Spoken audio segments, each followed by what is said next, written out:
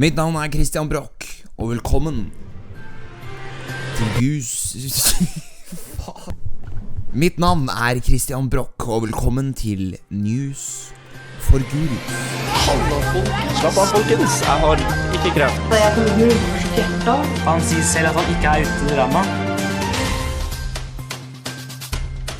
Hallo alle sammen, og hjertelig velkommen tilbake til en ny video. I dag så skal vi ha andre episode av News for Gurus, som vi endte opp med å kalle denne serien, hvor jeg skal snakke litt om nyheter og så videre. Det var mange bra forslag som dere kom med når det gjaldt navnet for dette showet, som selvfølgelig er kopiert av PewDiePie.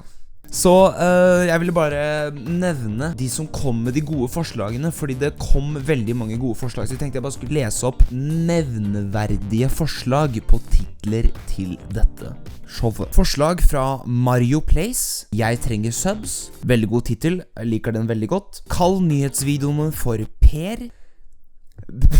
Også fra Martin Hetland: News for you vid multiguru. Du må bare bøye ordet riktig, så føler jeg at dette var veldig fint, altså. Det var egentlig de jeg hadde lyst til å nevne, men jeg synes News for Gurus var et veldig bra forslag, så derfor skal det hete det. Men før vi starter med selve nyhetene, så tenkte jeg bare skulle gå gjennom et par ting for å klargjøre noen ting. For det er jo slik at når de som lager nyheter gjør en tabbe, så må de komme ut og si det i ettertid. Så jeg tenkte at i og med at jeg var litt kjapp,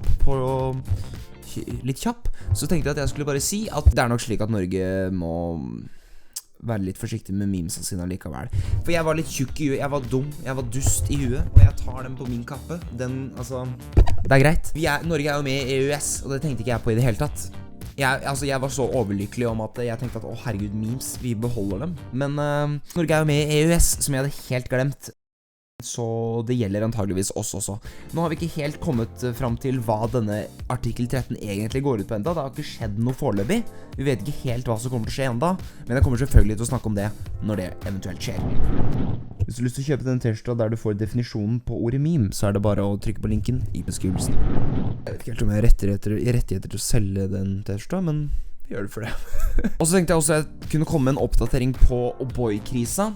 Det har ikke skjedd noe enda. Foreløpig er det ikke noe O'boy-krise, så det også var en falsk nyhet. Om dette er et show det er verdt å høre på, det er jo nå spørsmålet. Burde dere stole på meg?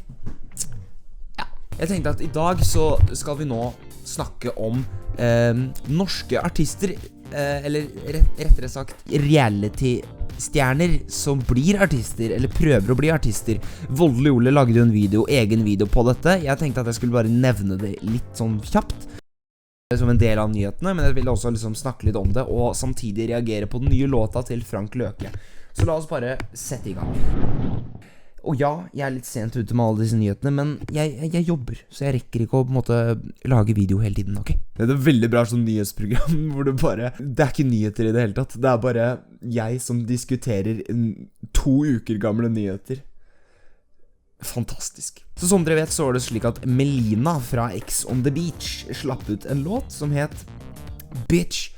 Hør her. Hvis dere følger med på D-Way, så vet dere jo mine tanker om dette, og jeg synes denne låta er helt vanvittig dårlig. Jeg synes det er helt jeg tenker, hva er det som skjer? Nå er det slik at jeg ikke skal gi min mening når det gjelder å snakke om nyheter. Da skal man være objektiv og så videre, men jeg klarer ikke å unngå å si at det var en ræv låt, og kun et PR-forsøk. Og det var det jo. Hun fikk mye PR, var på topplista på Spotify. Og så for å bare spore over til da Skal vi danse, så var det slik at Frank Løke dansa nesten naken.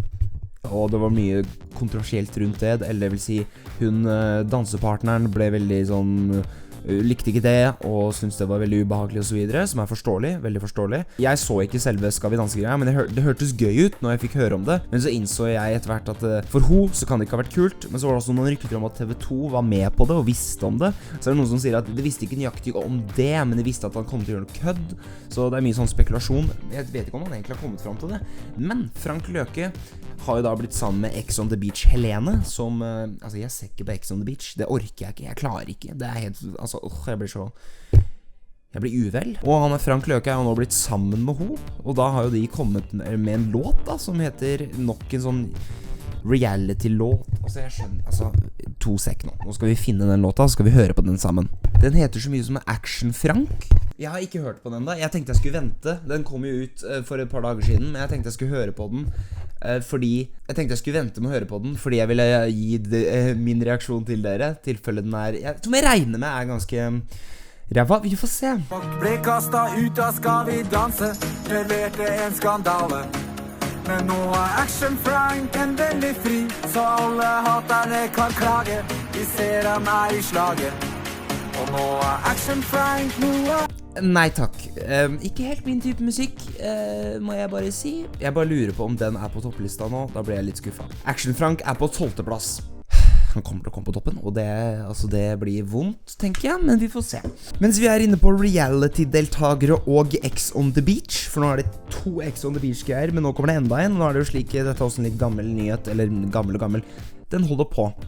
Ulrikke Falk har blitt sammen med Henrik fra X on the Beach. Han ser ut som The Joker. Altså, han hadde ikke vært flink til å spille. Han kunne spilt The Joker, kanskje. Når dette kom ut at de var sammen, så var det jo mange som mente at Ulrikke Falk var dobbeltmoralsk, siden hun står jo for det at man skal unngå kroppspress blant unge, og hun liker ikke at unge damer ofte, eller influensere som man kaller det. Når instagrammere og bloggere legger ut lettkledde bilder av seg selv, så liker ikke hun det. Fordi da skaper det kroppspress og så videre. Så derfor er det jo da litt rart at hun har blitt forelsket og kjæreste med Henrik fra X on the Beach, som da er den han er.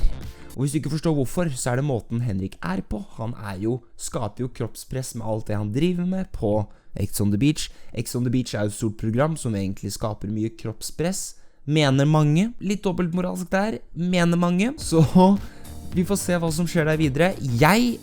Altså det skal sies da, X on the Beach er et nytt program, nytt konsept i Norge. Jeg skal komme med en konspirasjonsteori. Er det lov? Min konspirasjonsteori er at i og med at X on the Beach er et nytt program, reality-program i Norge, så vil de ha så mye PR som mulig. De vil at alle skal høre om det nye programmet, uansett om de liker det eller ei.